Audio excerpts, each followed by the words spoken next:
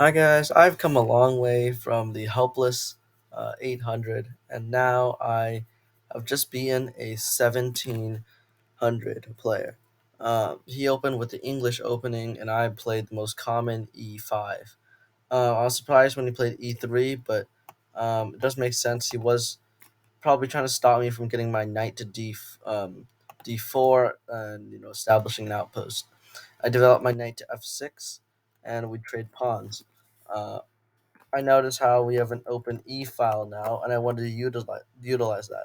So for that purpose, I did not put my bishop on E7. I moved my bishop to B4. He then blocked with his knight, and I castled. I checked him, and I took with the knight, forcing him to double his pawns in the C file.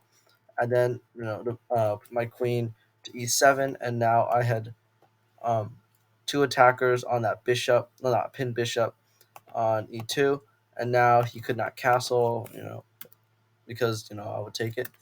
I then put my knight on g4. This would attack the bishop that was now blocking me. I took and I win a pawn here. Now he can't castle. Uh, the only bad thing about this position is I have three undeveloped pieces, so I wanted to get them developed as quickly as possible. I developed a g6 to stop the bishop from getting to h7. Uh, develop my knight, push my pawn to defend h7 or to defend f7. I protected. No, I wanted to keep b7 safe, so I pushed the pawn to b6. Now my pawns are kind of pushed, but I do have a 3-on-2 on the king's side.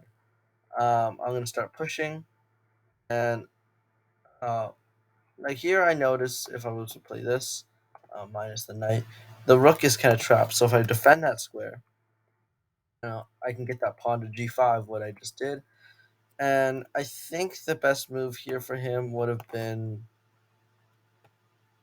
uh, knight to g5. Uh, King takes g5 and then move his rook out. That probably would have been the best move. He took the knight and I took his rook.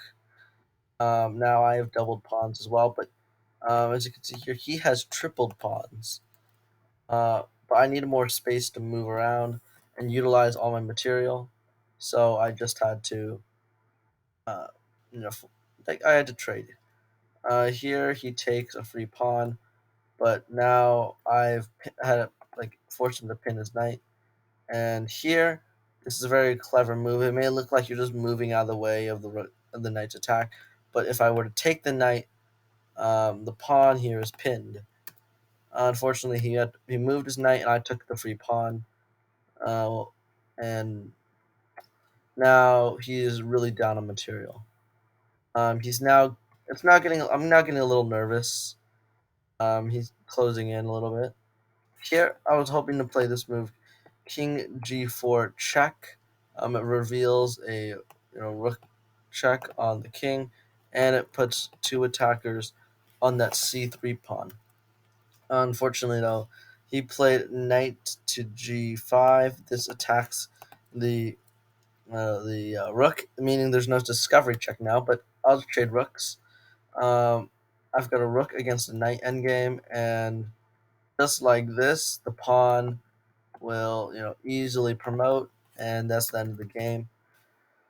I beat a 1700, and I'm really proud of that. And hopefully, I'll be able to beat better opponents in the future. But if you like this video, make sure to subscribe, and I'll see you in the next video.